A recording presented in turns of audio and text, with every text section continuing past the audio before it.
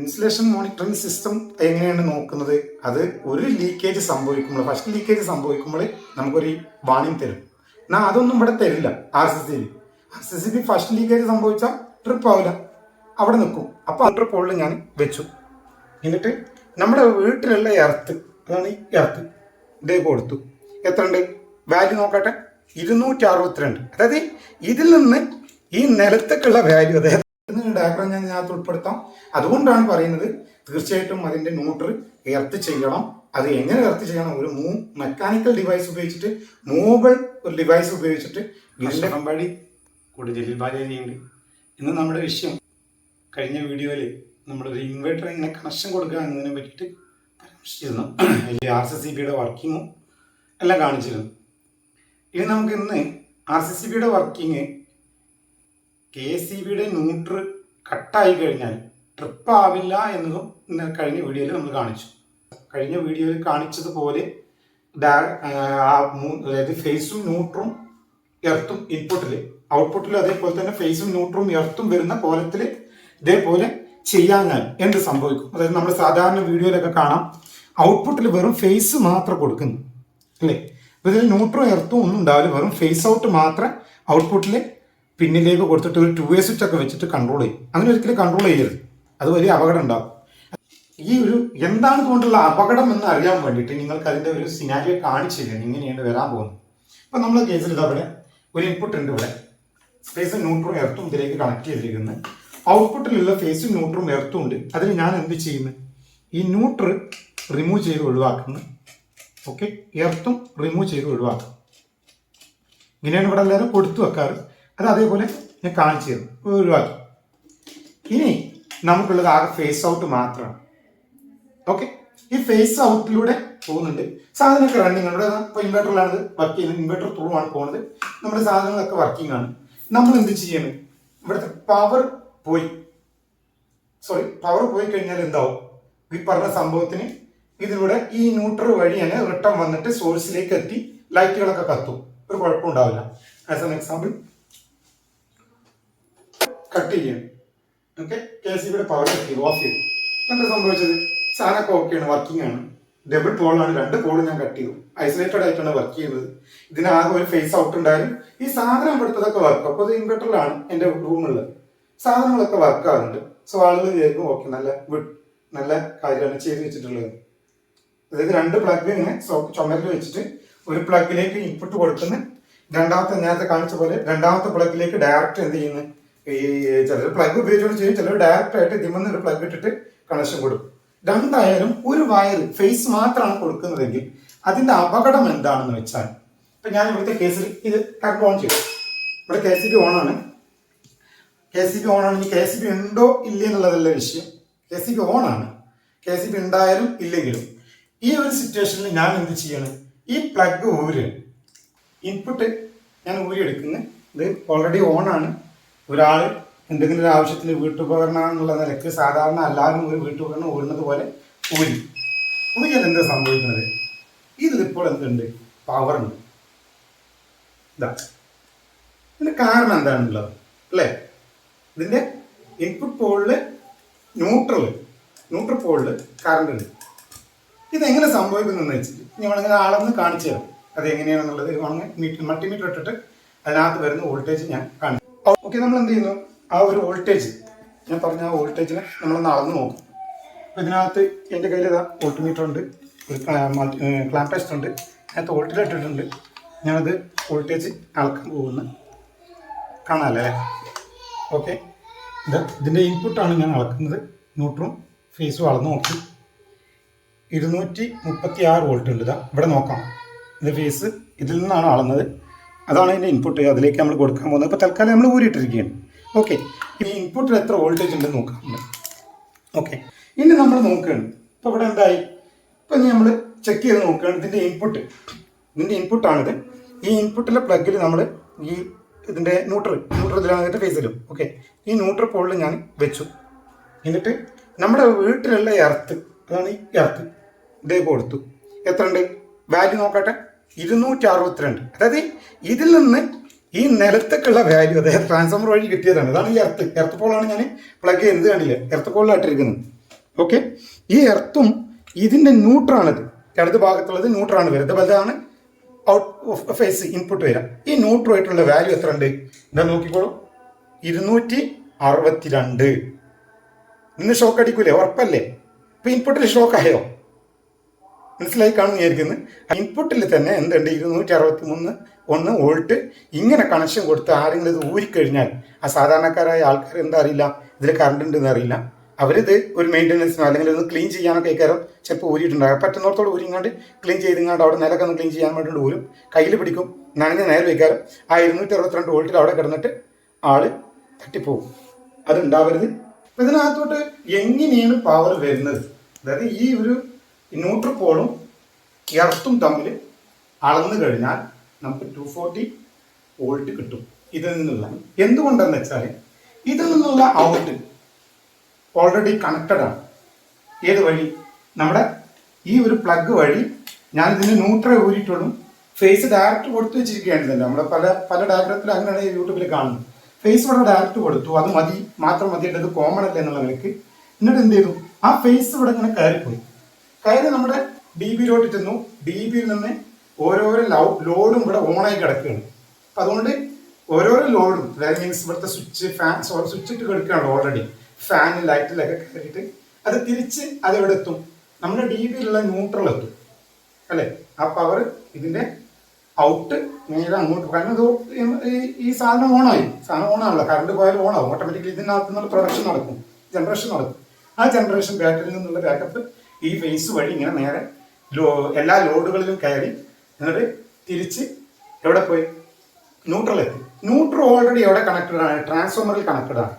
KSEBയുടെ main നമ്മൾ of ചെയ്തിട്ടില്ല. അതുകൊണ്ട് ട്രാൻസ്ഫോമറിൽ കണക്റ്റഡ് ആയതുകൊണ്ട് എന്ത് ചെയ്യണേ, അത് ട്രാൻസ്ഫോമറിന്റെ ന്യൂട്രൽ വഴി അത് എർത്തായി. അതായത് ചുരുക്കി പറഞ്ഞാൽ ഇതിന്റെ ഔട്ട്പുട്ട് ഒരു ഐസൊലേറ്റഡ് ട്രാൻസ്ഫോമറായി പ്രവർത്തിക്കുന്ന ഇതിന്റെ ഔട്ട്പുട്ടിലെ ഫേസ്, അതായത് ഔട്ട്പുട്ട് എന്ന് പറഞ്ഞാൽ ഫേസ് ഔട്ടാണ് ഉണ്ടാവുക. ഫേസ് ഔട്ടും ഒരു ഫേസ് ഇന്നും ഒരു ന്യൂട്രലാണ് സാധാരണ ഇവിടുത്തെ സാധാരണ ലോക്കൽ ഇൻവേർട്ടറുകൾക്ക് ഉണ്ടാകും. അപ്പം അതിൽ ഈ ഫേസ് ഔട്ട് നേരെ എവിടെ എത്തി? ട്രാൻസ്ഫോമറിൽ പോയിട്ട് എർത്തായി ത്രൂ ലോഡ്. റെസിസ്റ്റൻസ് ഉണ്ട് ഇടയിൽ, പക്ഷെ അത് ഒരുപാട് ലോഡ് ഓണായി കിടക്കുന്നത് അത് വലിയ റെസിസ്റ്റൻസ് ഒന്നും ഉണ്ടാവില്ല. അത് നേരെ എവിടെ എത്തി? ട്രാൻസ്ഫോമറിലെത്തി. ട്രാൻസ്ഫോമറിൽ എത്തിയാൽ എന്ത് സംഭവിക്കും? ഈ സാധനത്തിന്റെ ഫേസ് എർത്ത് ചെയ്തു. ഫേസ് അല്ല നമ്മൾ പറയുന്ന ഫേസ്, സാധാരണ ഐസൊലേറ്റഡ് ട്രാൻസ്ഫോമറിന്റെ ഫേസ് എന്ന് പറഞ്ഞിട്ട് ഒരു പോള്, ഔട്ട്പുട്ട് പോള് എന്തായി? എർത്തായി. ആ ഔട്ട്പുട്ട് പോളിലെ എർത്ത് സംഭവിച്ചതുകൊണ്ട് കോമൺ ആയി കിടക്കുന്ന ന്യൂട്രൽ, അതാണ് രണ്ടാമത്തെ ഔട്ട്പുട്ട്, അത് കോമൺ ആണ്. ആ കോമൺ ആയത് എന്താവും? ഫേസായി മാറും. അപ്പൊ അതവിടെ പവർ കിട്ടി. ഈ ന്യൂട്രൽ ഇങ്ങനെയുള്ള ന്യൂട്രൽ അടുത്ത് ഭാഗത്ത് ഇതായിരിക്കും. ഓക്കെ, ഈ ന്യൂട്രൽ പവർ വന്നു. ഇപ്പം ഈ ഒരു ന്യൂട്രലും നമ്മുടെ ഭൂമിയിൽ, അതായത് നമ്മുടെ വീട്ടിലൊക്കെ കൊടുത്തിരിക്കുന്ന എർത്തും തമ്മിലുള്ള വാല്യൂ 260 വോൾട്ട് കിട്ടും. എന്ത് സംഭവിക്കും? ഇതിലെ കൈവച്ചാൽ ഷോക്കടിക്കും, ആള് മരിച്ചു പോകും. കാരണം ഇത് ഏകദേശം 1 kV ഉണ്ട് അല്ലേ? ഇങ്ങനെയാണ് ഒരു ലേഡി, പാലക്കാട് ഇൻസ്പെക്ടറേറ്റിന്റെ അണ്ടറിൽ ഒരു ലേഡി മരണപ്പെടാൻ കാരണം. അവിടെ ആ ലേഡിയുടെ അന്നത്തെ ഇൻക്വസ്റ്റിൽ പറയുന്നുണ്ട്, ആ ലേഡിയുടെ കയ്യിൽ പൊള്ളലേറ്റിട്ടുണ്ട്, അതുപോലെ നെരിയാണിയിലും പൊള്ളലേറ്റിട്ടുണ്ട്. സോ ആ ലേഡി കുറച്ച് നനഞ്ഞിട്ടായിരുന്നു, കാരണം അവിടെ തുടച്ച് വൃത്തിയാക്കിയായിരുന്നു. സോ നല്ല കണ്ടക്ടിവിറ്റി കിട്ടിയ റെസിസ്റ്റൻസ് കുറഞ്ഞിട്ട് നനഞ്ഞ പ്രതലം കൂടി ആയതുകൊണ്ട്. അതുകൊണ്ട് ഒരിക്കലും നിങ്ങൾ ഇൻവേർട്ടർ കണക്ഷൻ കൊടുക്കുമ്പോൾ ഈ ഒരു രീതിയിൽ ഒരിക്കലും കണക്ഷൻ കൊടുക്കരുത്. കാരണം സാധാരണക്കാരായ ആൾക്കാർ, വീട് ഉപയോഗിക്കുന്ന ആളുകൾ, അവർക്ക് ഇത് അറിയില്ല. സാധാരണ ഗതിയിൽ ഒരു ഇൻപുട്ട് ഊരി കഴിഞ്ഞാൽ എന്താണ്, അതിൽ കറണ്ട് വരില്ലല്ലോ, സാധാരണ കറണ്ട് വരില്ല. അപ്പൊ ആ ഒരു ധാരണയിൽ അവർ ഊരിയിട്ട് എടുത്തു കഴിഞ്ഞു. എന്നാൽ അതേസമയം ഈ ഇൻപുട്ടിൽ കറണ്ട് വരാത്ത അവസ്ഥ ഉണ്ടാവും. അതിലെ ഫേസും ന്യൂട്രോടെ കണക്റ്റഡ് ആയിരുന്നെങ്കിൽ, ഔട്ട്പുട്ടിലെ ഫേസും ന്യൂട്രോടെ ഓൾറെഡി കണക്റ്റഡ്, അതായത് ഇതേ കോമൺ തന്നെയാണ് കേട്ടോ. അത് ആ ന്യൂട്രും ന്യൂട്രും എർത്തും കോമൺ ആണ്.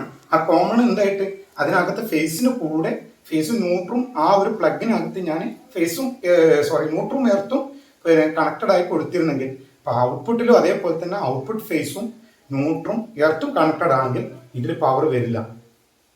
ഓക്കെ, അപ്പൊ അതുകൊണ്ടാണ് നമ്മൾ എന്ത് ചെയ്യണം, ഈ പറയുന്ന ഐസൊലേറ്റഡ് ട്രാൻസ്ഫോമറിൽ കഴിക്കുമ്പോൾ, അതായത് ഇൻവെർട്ടറുകൾ ഇങ്ങനെ കണക്ഷൻ കൊടുക്കുമ്പോൾ നല്ലോണം ശ്രദ്ധിക്കണം എന്ന് പറയുന്നത്. അപ്പൊ അത് നമ്മളിപ്പോൾ ഒരു കാര്യം നമുക്ക് മനസ്സിലാക്കാം, ഇതിലിപ്പോ എന്തുകൊണ്ടാണ് ഈ ലൈറ്റ് കത്താത്തത് അല്ലേ? കത്താത്തതിന് കാരണം എന്താ?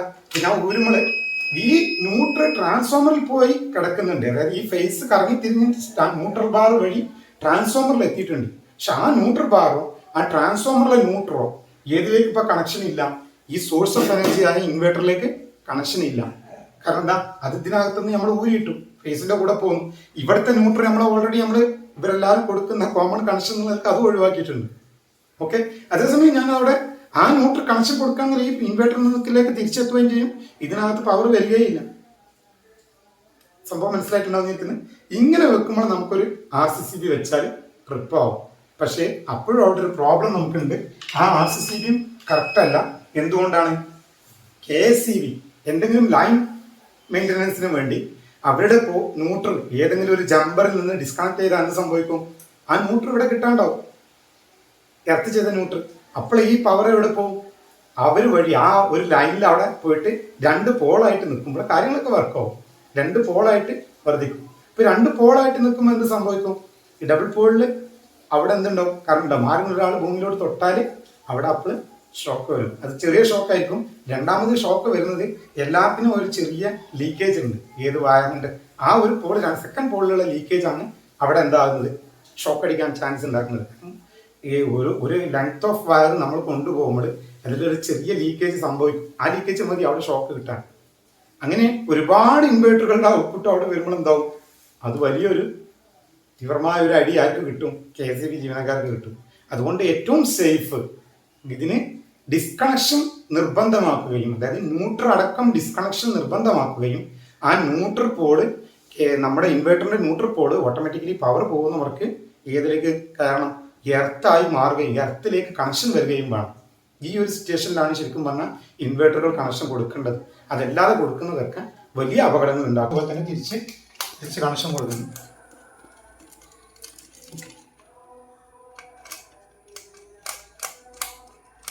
അപ്പം ഇത് ടെമ്പററി ആയിട്ട് നിങ്ങൾക്ക് പഠിക്കാൻ വേണ്ടിയിട്ടാണ് ഇതൊക്കെ കാണിച്ചു തരുന്നത്. ഫേസ് ന്യൂട്രൽ ഇവിടെ കണക്ഷൻ കൊടുത്തു, ഇത് ന്യൂട്രൽ കണക്ഷൻ കൊടുത്തു, എർത്തും കണക്ഷൻ കൊടുത്തു. പിന്നെ ഔട്ട്പുട്ടിലെല്ലാം എന്ത്? ന്യൂട്രൽ എർത്തും ഔട്ട്പുട്ടിൽ ഫേസ് കൊണ്ട് കമ്പൈൻ കോമൺ ആണെങ്കിലും കൊടുത്തിട്ടുണ്ട്. ഞാനത് ഊരി. അപ്പോൾ ഇതിൻ്റെ ഇൻപുട്ടിൽ ഞാൻ അളന്ന് നോക്കുന്നു, ഫേസും ന്യൂട്രലും. അതാണ് ഇൻപുട്ട്. അതിനകത്തൊന്നുമില്ല. 0.8. ഓക്കെ, എർത്ത് കേട്ടോ ഇല്ല, 1 പോയിന്റ് സംതിങ്. ഇത് ന്യൂട്രലായിട്ട് 1 പോയിന്റ് സംതിങ്. ചെറിയ വോൾട്ടേജ് ഉണ്ട്. ഇൻവെർട്ടറിൽ നിന്നുള്ള അത് ചെറിയ കാലിബ്രേഷൻ്റെ പ്രശ്നങ്ങളുണ്ടാവും. അതേസമയം എന്തില്ല, ഒരു അപകടകരമായ വോൾട്ടേജ് ഇതിനകത്തില്ല. ഓക്കെ, 3 പോളും ഞാൻ നോക്കി പരസ്പരം ഓക്കെ അല്ലേ? ഒരു അപകടകരമായ വോൾട്ടേജ് ഇതിനകത്ത് കാണിക്കുന്നില്ല. കാരണം എന്താ, ഇതേ കോമൺ തന്നെയാണ് ഇപ്പോൾ ഏതിലേക്ക് പോയിരിക്കുന്നത്? ഫേസിലേക്ക്. ഇത് ഔട്ടിൻ്റെ കൂടെ ഈ പറഞ്ഞ ന്യൂട്രും എർത്തും എവിടെ പോയിട്ടുണ്ട്? ഔട്ടിൻ്റെ കൂടെ ഈ DBയിലേക്ക് കണക്റ്റഡ് ആണ്, KSEBയിലേക്കും കണക്റ്റഡ് ആണ്. So it is not an isolated. Okay, ഇതിപ്പോൾ ഐസൊലേറ്റഡ് അല്ല. ഇനി ഞാൻ ഇപ്പോൾ ഈ പറയുന്ന ഇൻവെർട്ടർ സ്റ്റാൻഡ് ബൈ ആയിട്ട് വർക്ക് ആകുന്നുണ്ട്. അതിൻ്റെ വോൾട്ടേജ് ഞാൻ അളന്ന് നോക്കുന്നത് എന്തായിരിക്കുന്നത്? Output volt 257-56. ഓക്കെ, ഇതാണ് ഇതിൻ്റെ ഔട്ട്പുട്ട് വോൾട്ട് കാണുന്നത്. ഓക്കെ, കുറച്ച് ഇൻവെർട്ടർ ആയതുകൊണ്ട് കുറച്ച് ഉണ്ട്. ഓക്കെ, ഇതിനകത്ത് നമുക്ക് തൊട്ട് കളിക്കാൻ ഒരു കുഴപ്പമില്ല. ഒന്നുമില്ല. എന്താ കാരണം സാധാരണ ഒരു പ്ലഗ് പോലെ, സാധാരണ ഒരു എക്യുപ്മെന്റ്സിന്റെ പ്ലഗ് പോലെ. കാരണം ഔട്ട് ഇവിടെ വേറെ വരുന്നുണ്ട്. ഓക്കെ, ഇനി നമ്മൾ എന്ത് ചെയ്യണം? പ്ലഗ് ചെയ്യണം. ഏതായാലും ഇന്നത്തെ ഈ വിഷയം നിങ്ങൾക്ക് മനസ്സിലാക്കുമെന്നാണ് വിചാരിക്കുന്നത്. എല്ലാവരും നമ്മുടെ ചാനൽ സബ്സ്ക്രൈബ് ചെയ്യാം, ഷെയർ ചെയ്യാം, ഈ ഒരു വിവരം എല്ലാവരിലേക്ക് എത്തിക്കുക. എന്തെങ്കിലും കമൻസ് ഉണ്ടെങ്കിൽ കമൻറ്റ് ബോക്സിൽ ഇടാം. ബെല്ലൈക്കണ് അടിച്ച് ഏത് പുതിയ നോട്ടിഫിക്കേഷൻ വരാണെങ്കിൽ ബെല്ലൈക്കൺ ഓൺ ആക്കി വെക്കുക. അതേപോലെ ഈ ഒരു വീഡിയോ നിങ്ങൾ എല്ലാവരിലേക്കും എത്തിക്കുക. എന്തെങ്കിലും കമൻസ് ഉണ്ടെങ്കിൽ തീർച്ചയായിട്ടും താഴെ ചോദിക്കുക. എൻ്റെ നമ്പറും അതിനകത്ത് സ്പെസിഫൈ ചെയ്യുന്നുണ്ട്. സൗകര്യത്തിനനുസരിച്ച് സംസാരിക്കാവുന്നതാണ്. ഏതായാലും നിങ്ങൾക്ക് എല്ലാവർക്കും നല്ലൊരു ദിനം ആശംസിക്കുന്നു. ബൈ. നമ്മൾ ഇതുവരെ വിശദീകരിച്ചിട്ടുള്ള പ്രകാരം കൊടുത്ത കണക്ഷൻ ആണെങ്കിൽ പോലും KSEBയുടെ മെയിൻ സ്വിച്ച് ഓഫ് ചെയ്താൽ ഒരു ഐസൊലേറ്റഡ് ട്രാൻസ്ഫോമറായിട്ട് വർദ്ധിക്കും നമ്മുടെ ഇൻവെർട്ടർ. അതും നമുക്ക് RCCB ഒക്കെ ഉണ്ടെങ്കിലും അതിൽ നിന്ന് ഷോക്ക് അടിക്കുകയും അത് ട്രിപ്പ് ആവാത്ത അവസ്ഥ ഉണ്ടാകുന്നതും സാഹചര്യമുണ്ട്. അതിനെപ്പറ്റി നെക്സ്റ്റ് വീഡിയോയിൽ നമുക്ക് വിശദീകരിക്കാം. ബൈ.